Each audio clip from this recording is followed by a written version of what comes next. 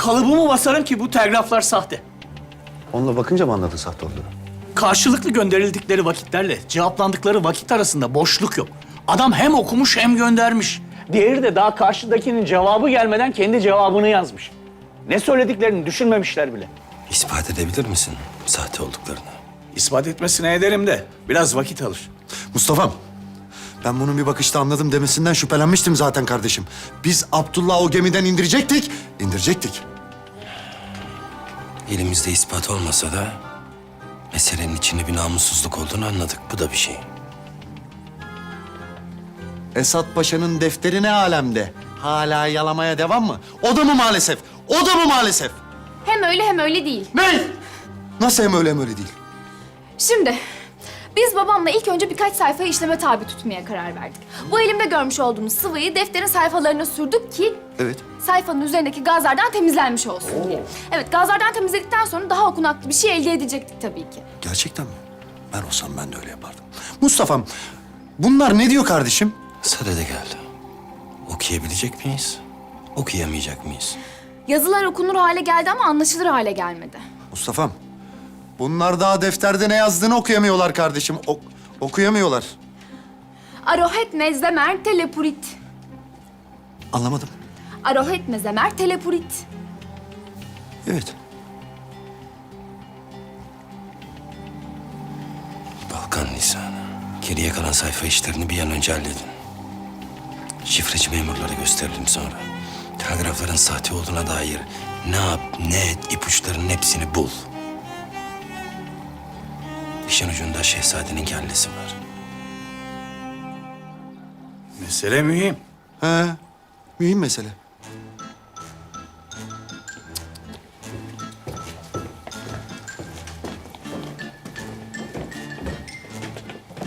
Mustafa, ben bu adamdan korkuyorum kardeşim. Allah'ım!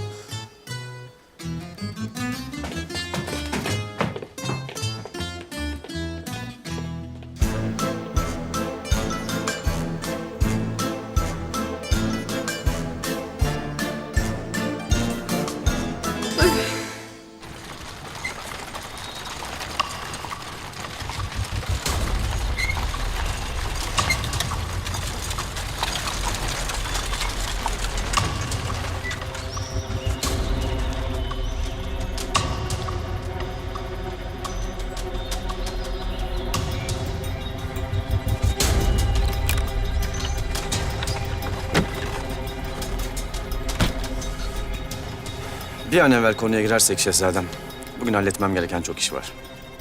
Benim de ortaya konmuş kellem var Cemil Efendi.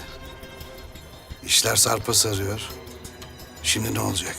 Bana bir sürü söz verdiniz, hepsini elinize yüzünüze bulaştırdınız. Şimdi de Mehmet mahkemeye çıkacak diyorlar.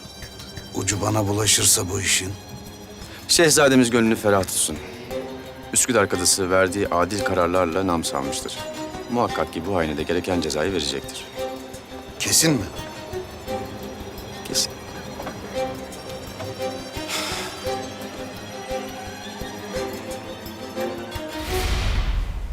Endişe etmeyiniz. Kadı Efendi'ye bana ne söylediyseniz aynılarını söyleyin. Öyle diyorsanız. Buyurun. Yalnız gitmeden bir namaz kılmak isteriz. Buyurun.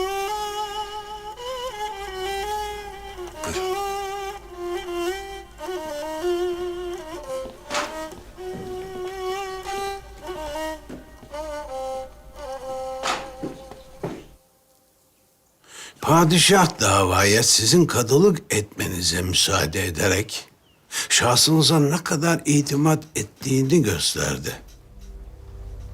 Eminim ki siz de onun bu itimadına layık olursunuz Kadı Efendi. Sultanımızın teveccühlerine mazhar olmak bizleri ziyadesiyle memnun eder. Biz de vereceğiniz karar ile memnun olmak isteriz Kadı Efendi. Yüce Meclisimizi memnun etmek en az sultanımızı memnun etmek kadar kıymetlidir bizim için. Şüphenin gölgesine dahi yer vermeyin kalbinizde Yüce Efendi. Beni yetiştiren sizleri zinhar mahcup etmeyeceğimden emin olabilirsiniz. Osmanlı'nın bekası için lazım gelen hüküm kurulacaktır. Merak buyurmayınız. Verdiğimiz emeklerin boşa gitmemiş olduğunu görmekten ziyadesiyle bahtiyar olduğumuzu bilmenizi isteriz Kadı Efendi.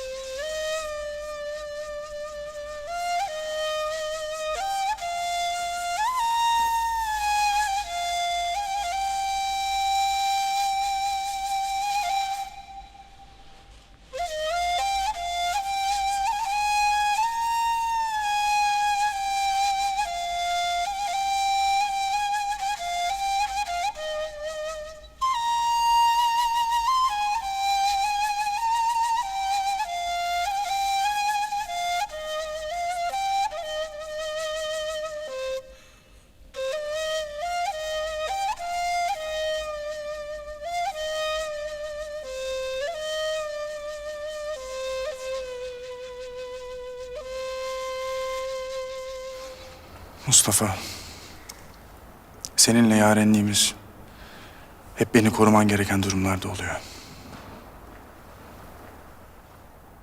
Şu badireyi bir atlatayım. Bundan sonra sadece hal hatır sormak için bir araya geleceğiz inşallah. Estağfurullah. Vazifemi yapıyorum. Senden bir kere daha beni kurtarmanı isteyeceğim. Davada vekilim olmanı istiyorum. Daha suçsuz olduğunuzda kâni olmadım. İyi ya işte. Bu yüzden istiyorum. Beni müdafaa ederken anlayacaksın masum olduğumu. Ve cümle aleme ispat edeceksin.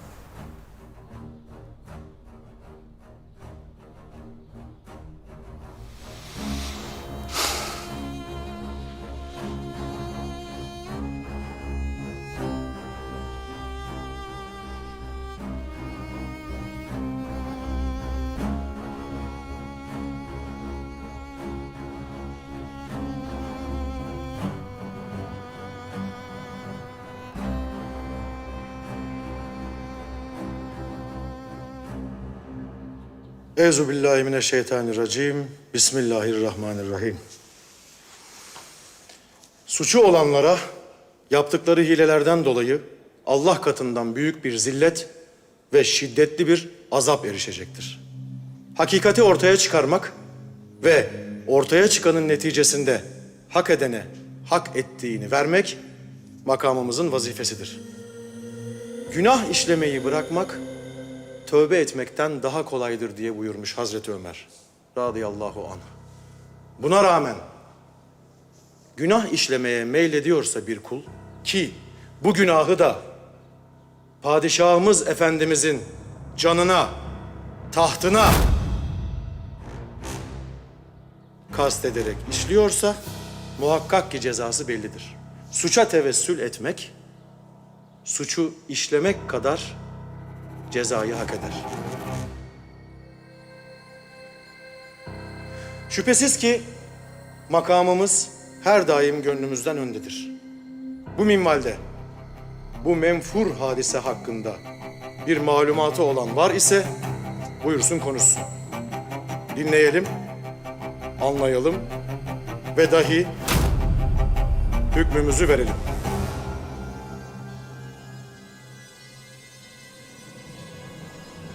Şehzade Mehmet Efendi, bir dava vekilin var mıdır?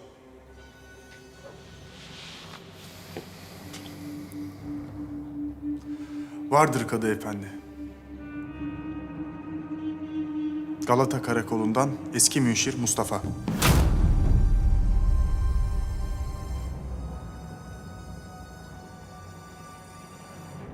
Bu haince ve alçakça kumpasa kurban olmakla... Size sorulana cevap verin. Başka söze lüzum yok.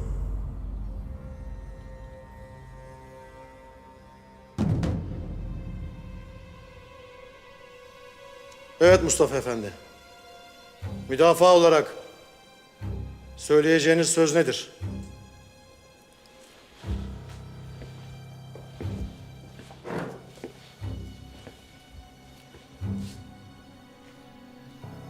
Şehzade Mehmet Efendi suçsuzdur. Müdafaa yapın dedim. Hüküm verin demedim. Efendiler, bir çocuk düşünün. Erken yaşta babasız kalmış. Sığınacak, güvenecek kimsesi yok. Daha sonra ona bir kapı açılmış. Baba ocağı kadar sıcak ve güvenli. Bu çocuk bu ailenin saadeti ve bekası için elinden ne geliyorsa yapmış. Yediği ekmek için, içtiği su için her gün şükretmiş. Daha sonra bu çocuk büyümüş ve kendine yapılan iyilikleri bir gün bile unutmadan yaşamış. Lafı dolandırma efendi. Sadede gel. Burayı temaşa meydanı mı sandın? Haşa. Vakanın izahı için zan altında olan vekilimi tanıtmanın zaruri olduğunu düşündüm. Lüzumsuz bilgiye gerek yok. Vakanın özünden sapmayınız. Eğer bir deliliniz, şahidiniz yahut ispatınız var ise anlatınız. Henüz yok. Lakin birkaç gün içinde hepsi önünüzde olacak. Buna vaktiniz yok. Zira hünkârımız Efendimiz bir an evvel hüküm verilmesini buyurdular. Şahitlerinizi yahut delillerinizi tez vakitte makama getiriniz. Başkaca bir diyeceğiniz yok ise şahitlerin de dinlenmesi için davayı yarın erteliyorum.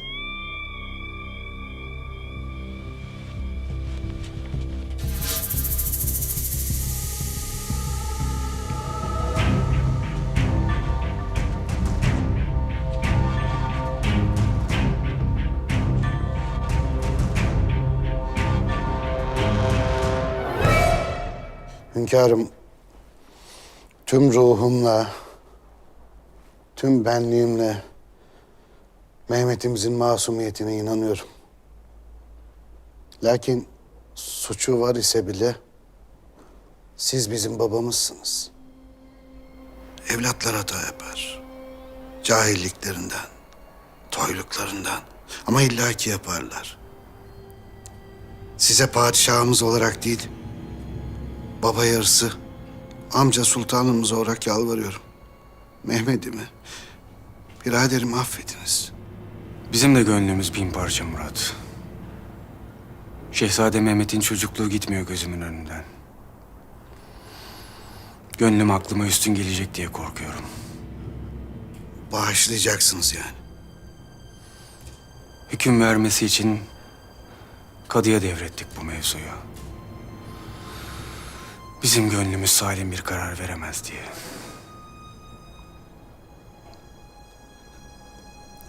Sultanım, en doğrusunu siz bilirsiniz. Lakin ferman buyurursanız kadının bir hükmü yok. Biz hüküm vereceksek kadıya niye güvendik? Bekleyeceğiz ve göreceğiz. Karışmayacaksınız yani. Karışmayacağım. Karışmamam da lazım.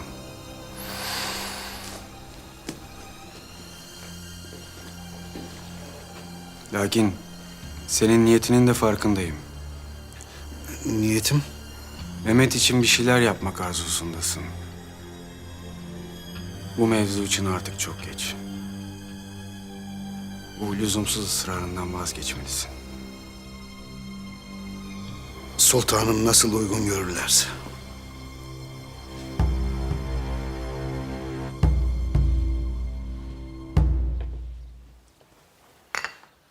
Kurnazlık ve gizlilik denilen kutsal sanat, senin sayende görünmez olmayı, senin sayende duyulmaz olmayı öğrenip düşmanın kaderini elimizde tutacağız. Üsküdar Kadısı sayesinde. Kadı Efendi bizim için gerekeni yerine getiriyor. Yarın hükmünü ilan ettiğinde bir meseleyi daha halletmiş olacağız. Bir sonraki adımımız ne olacak Yüce Efendi? Şehzade Mehmet'in kabristana seyahati tamamlandığında biz de hedefimize biraz daha yaklaşmış olacağız. Sonrasında ise yeniden asıl hedefimize yani padişaha döneceğiz. Size zafer kazandıran bir taktiği asla bir daha tekrarlamayın. Bunu sizden öğrenmiştik. Öyle yapacağız. Yeni bir yol daha bulacağız. Bambaşka bir yol icat edeceğiz. Lakin bunu yapabilmemiz için önce bir engeli daha aşmamız gerekiyor. Filinta Mustafa'dan bahsediyorsunuz. Mustafa hakkında tasarrufunuz nedir?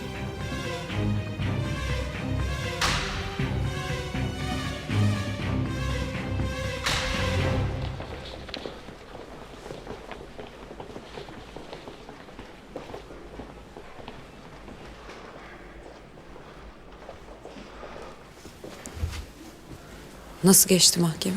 Felaket. Kadı efendi çoktan hükmünü vermiş. Dostlar çarşıda görsün gösterisi yapıyor ama bana gösteri yapıyorum diye azar çekiyor mahkemede. Olur mu öyle şey Mustafa? Koskoca Üsküdar kadısı. Koca Osmanlı'ya nam salmış adil hükümleriyle. Gördün işte paşam. Mustafa'm ne güzel çocukluktan anlatmaya başladı. Ama Kadı Efendi dinlemiyor ki. Kestirip attı. Şehzadenin masum olduğu ile ilgili şahitlik edecek birileri var mı kardeşim? Yok ama yarına kadar bulacağım. Peki şehzadenin suçlu olduğu ile ilgili şahitlik edecek birileri var mı? Yığınla. Herkes Şehzade Mehmet'i gösteriyor. Elimizde telgraflar var. Usta Bey sahte dedi. İspatlayamam dedi Mustafa. Ben inanıyorum. İspatlayacak. Yarına kadar ispatlayabilir mi? Bu kadar çabuk olmaz dedi. Oho, o da gitti elimizden. Peki elimizde başka bir şey var mı? Başka bir şey yok. Vaziyet vahim desene. Ali böyle boş oturmakla olmaz. Ne yapacağız? Şahit bulacağız, delil bulacağız. Nereden bulacağız Mustafa? Ben 1. Ordu karargahına gideceğim. Sen de Şehzade Murat'ın ağzını yokla. Hadi.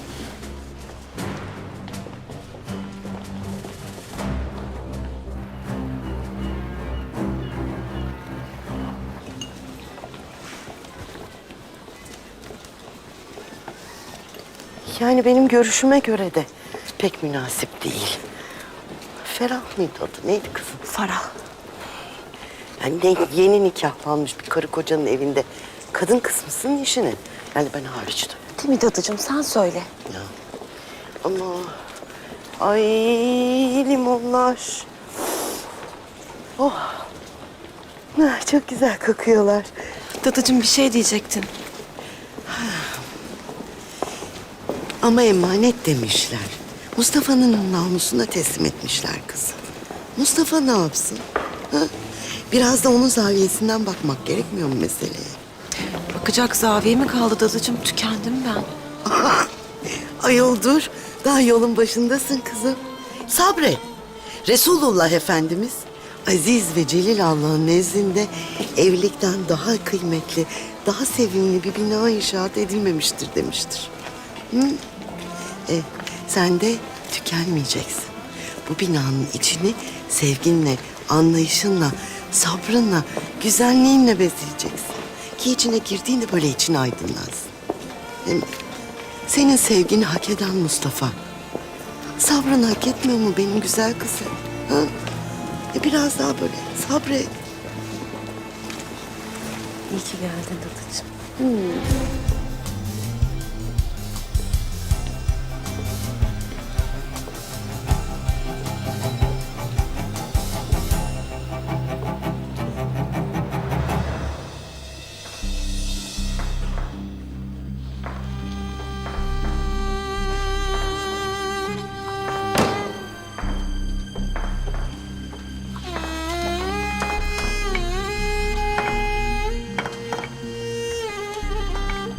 Davut Paşa'nın dosyası.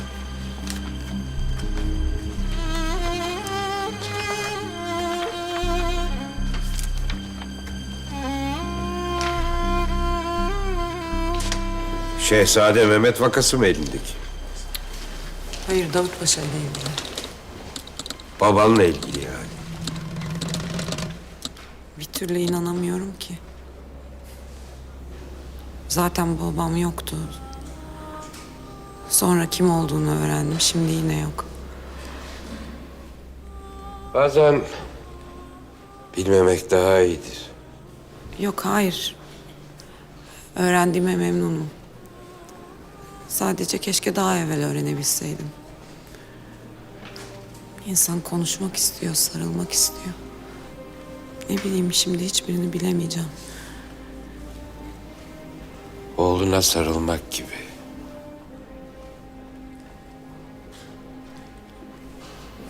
Ne dediniz? Yok, bir şey demedim kızım. Bir şey demedim.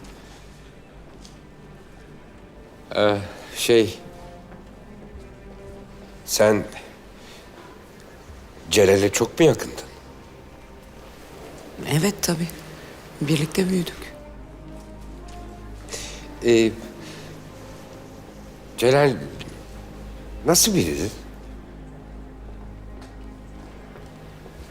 Celal... Kardeşler Teşkilatı'nın yalanlarına kendini çok kaptırmış biridir. Ona ulaşmaya çalıştım ama başaramadım.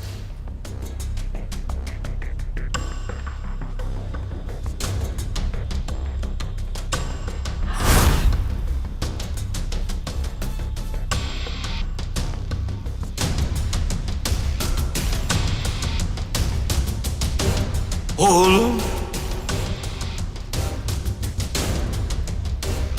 Oğlum. Oğlum.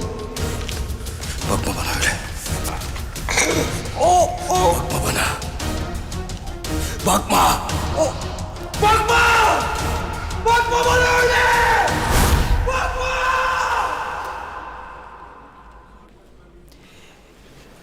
Ruhi Paşa ne öğrenmek istiyorsunuz? Celal'le neden bu kadar çok ilgileniyorsunuz?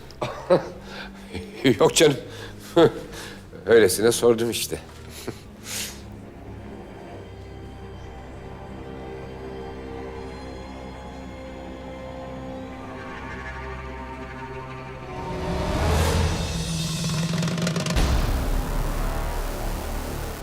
Hüsrev Paşa varmış başlarında diye duyduk hep. Nereli bu Hüsrev Paşa? Silivri taraflarında bir köyden galiba. Doğru. Dumanlı köyünden. O taraflarda bir çiftlik aldıydı. Askerleri toplayıp götürüp çitle çevirdiydik. Eksik olmayın Boris Efendi. Çok cömertsiniz. Büyük hediye oldu. Sağ olun. Güzel. Aileden mi zengin bu Hüsrev Paşa? Paşa maaşıyla alınmaz öyle yer. Bimar Aceze Vakfı'nın yetiştirdiği yetimlerdenmiş.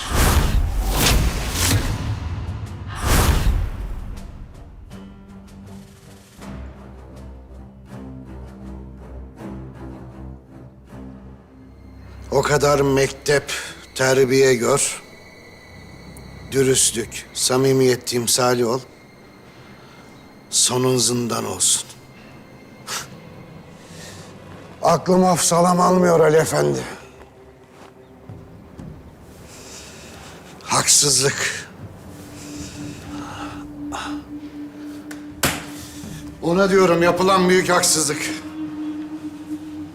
Allah'ın izniyle hakikat ortaya çıkar da kardeşime yapılan haksızlık son bulur. İnşallah şehzadem. Hakikatin ortaya çıkması için elimizden gelen her şeyi yapacağımızdan emin olabilirsiniz. Adalet topaldır. Ama er ya da geç gideceği yere varır.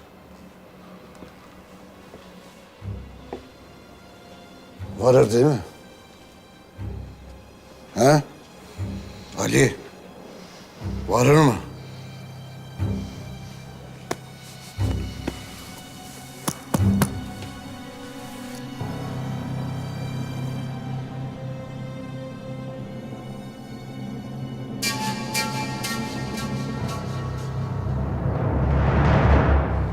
Bizi kaçırıp manastıra götürdükleri ilk günden beri Celal benimle. Hep korudu, kolladı beni. Aslında hepimizi korudu, kolladı. Geceleri biri ağladığında ana duymasın diye gidip avutup sustururdu. Beraber büyüdük, hep birlikte büyüdük. Bir gün bile şikayet ettiğini duymadım. En çabuk da o inandı kardeşlik teşkilatının yalanlarına. Belki de inanmak istedi, bir yere ait olmak, tutunmak istedi. Bilmiyorum. Onlar da hepimizin bu zayıflığını bilip bundan istifade ettiler. Bir gün bu hainler işledikleri günahların vebalini ödeyecekler. Onlar için günah, sevap, iyilik, kötülük yoktur. Onlar için sadece yüce amaçları, hedefleri, 2000 yıldır kurdukları ve korudukları düzen vardır. O düzeni bir gün bozacağız. Onların kurduğu bu oyunu bozacağız.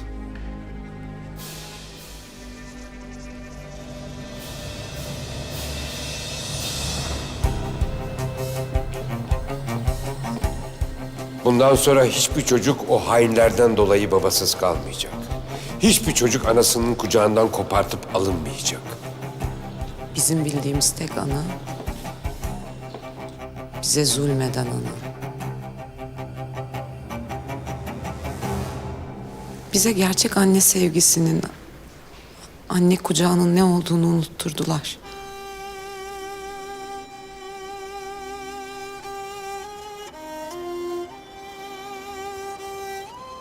Senden sonra ben iflah olmadım Davut. Kanayan bir yürek. Öylesine taşıdım durdum. Ne durdu, ne soluk alabildi. Ölmeyi de beceremedim. Senin gibi. Yaşamayı da.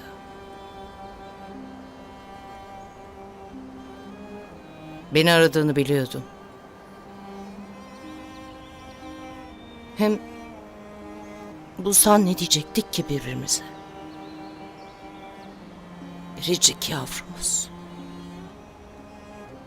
Evladımız. Kızımız.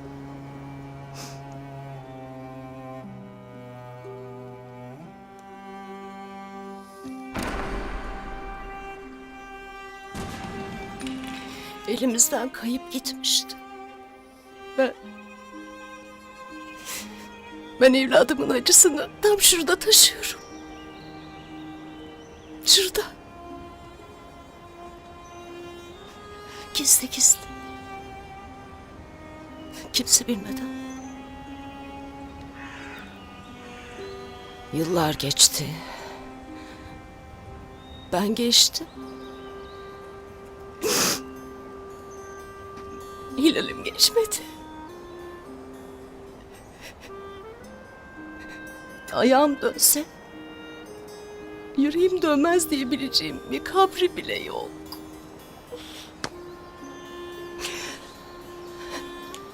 Bak sana ne getirdim. Hatırlıyor musun bunu? Sen almıştın kızımıza. Hiç çıkarmazdı saçından. Sana getirdim. Belki seni eyler ha. Hala saçların kokuyor biliyor musun?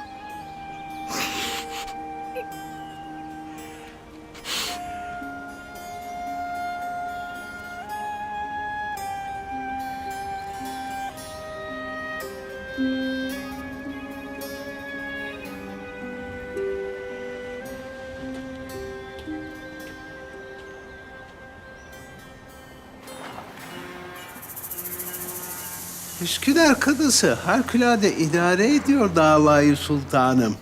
Meseleyi ele alışı, lafı sözü dolandırmadan sonuç almaya yönelik tavrı müthiş. Davayı tez vakitte çözeceğine itimadım tam.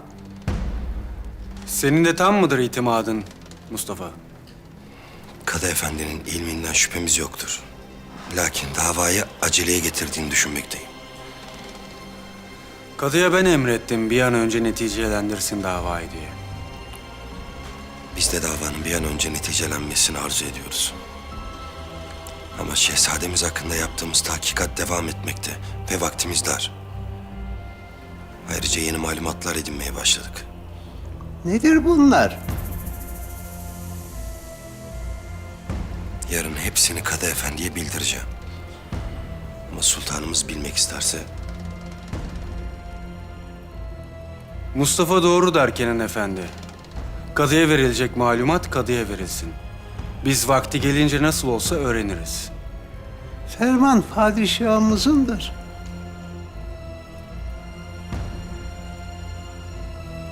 Hala.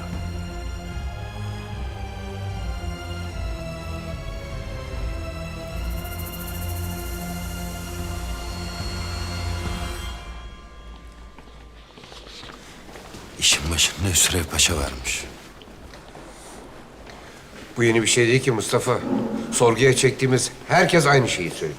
İyi de Silivri'de Dumanlı Köyü'nden çiftlik evi satın aldığını da söylemediler. Ne var ki bunda Mustafa'm? Parası varmış almış. Nereden bulmuş o kadar parayı? Bir maaşla alınacak yer mi orası? Biriktirmiştir belki oğlum. Ne bileyim atasından dedesinden bir şeyden kalmıştır işte. Ya atasından dedesinden kalmadıysa? Hüsrev Paşa'yı harekete geçirmek için birileri ona para verdiyse? Peki Mustafa, diyelim ki paşa rüşvet yedi. Bunu nasıl ispatlayacaksın ha? Mustafa'm bak buradan bir şey çıkmaz kardeşim. Senin hislerine ne kadar güveniyorum bilirsin. Şehzadenin masumiyetine inanıyorsan elbette ki vardır bir bildiğin. Ama dipsiz kuyuya taş atıyoruz sanki Mustafa. Mustafa, Ali ile aynı kanaatteyim ben de. Peki dipsiz kuyu dediğiniz Bimar Aceze Vakfı'ysa?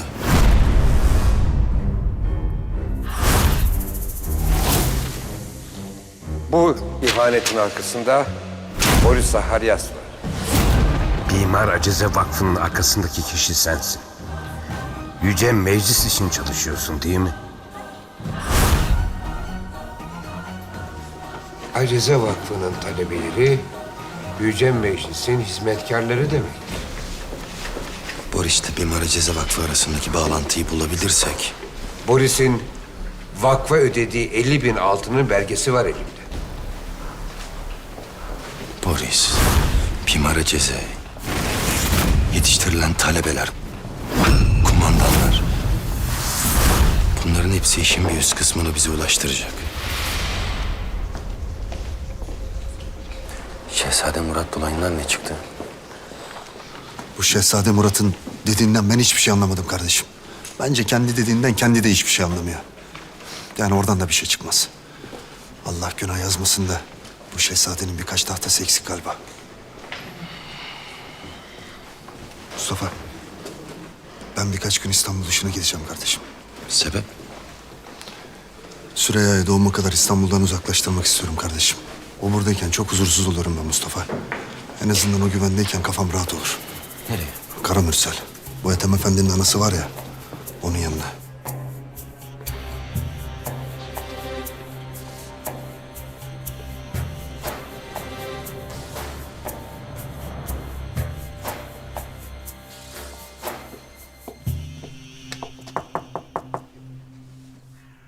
Evladım vakit kaybetme, getir. Buyurunuz. Girebileceğimi söylediler. Buyurun efendim, sizi dinliyorum. Neşretmekte olduğunuz neşriyat için makale getirdim.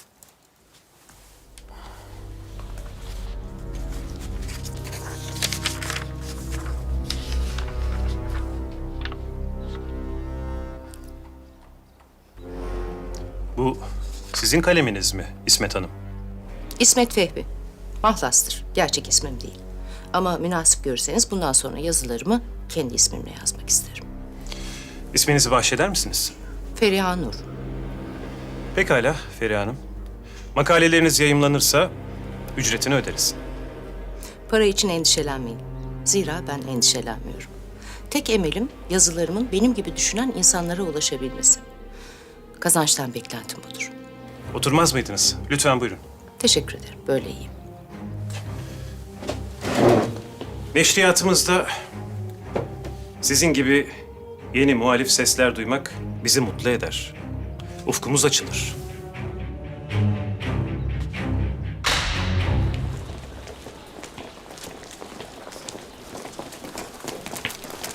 Yavaş yürü biraz. Niye ki? Aldır aldır önden yürüyorsun. Söylediklerini bir tek kendin duyuyorsun.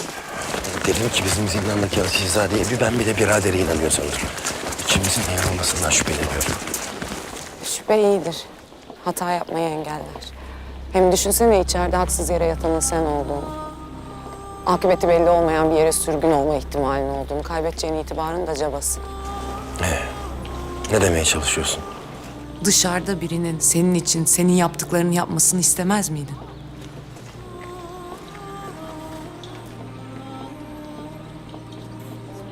Biliyor musun, ben bugün Davut Paşa'nın dosyasını inceledim. Ne buldun? Hiçbir şey. Adamın dosyası bomboş. Ne bekliyordun ki? Adam Osmanlı İstihbarat Teşkilatı'nın başı. Öyle bir adamın bilgilerine herkesin ulaşabileceği yerden ulaşamaz. Ne arıyordun? Bana sor. Anneme. Annemle ilgili herhangi bir şey.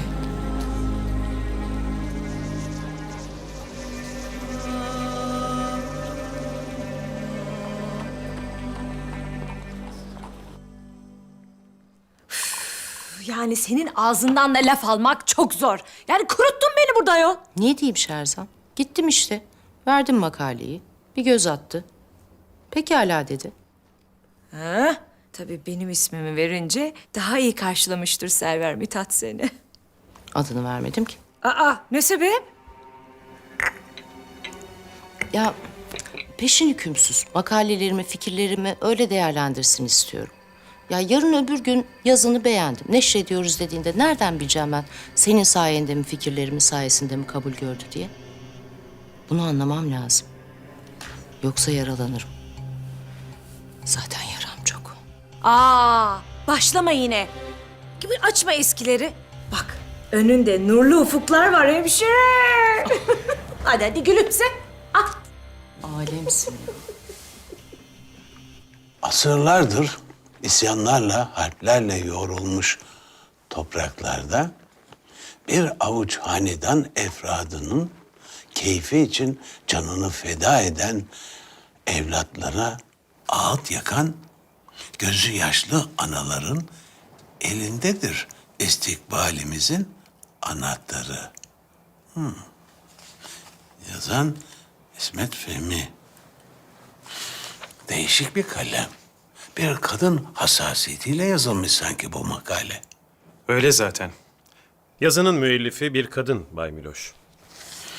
Asıl ismi neymiş? Feriha Nur.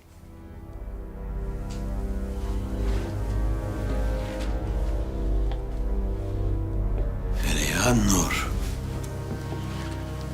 Yarın gazetede başlaması için iş teklif ediyorsun. Emredersiniz efendim. Yarınki gazete başlıklarını ne yaptınız? Üsküdar Kadısı'nın fevkalade dava yönetimi. Adalet sonunda tecelli edecek. Şehzadeye yağlı kement göründü. Perdevin başlıkları? Kadı elini masum kanı ile kirletmek ister. Padişah şehzadesine nasıl kıyar? Gayet güzel. Verin mürettiplere, dizsinler bir an evvel. Emredersiniz.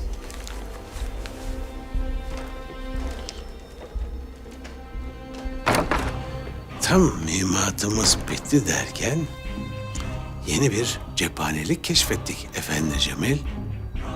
Feriha Hanım tam vaktinde geldi. Sevenlerin gözü yolda kalmıştı.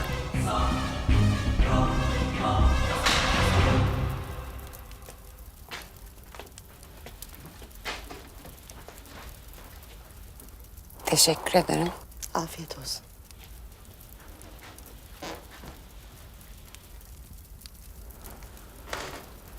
Teşekkür ederim. Afiyet olsun güzel kızım.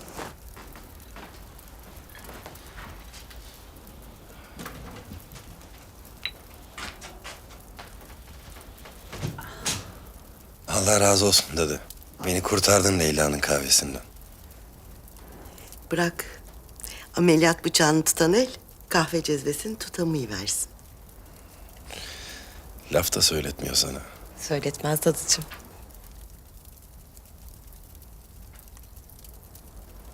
Mustafa, şimdi tamam olacak mı şehzade meselesi kadıya çıkınca? Şahitlere, delillere bağlı. Neden paralıyorsun ki kendini? Sağır Sultan bile duydu. Bu iş Şehzade Mehmet'in başının altından çıkmış. Demek ki Sağır Sultan bile benden daha iyi işitiyor. Zaman kaybı. Böyle teşebbüsleri cezalandırmazsanız yenileri gelir. Fare geçer yol olur. değil mi dadı? Benim işim de kuşku duymak. Ve ilk defa bu kadar çok kuşku duyuyorum. Yine söylüyorum, zaman kaybı. Kaybedilecek olan masum bir başsa harcanan emek de zaman da boşa değildir.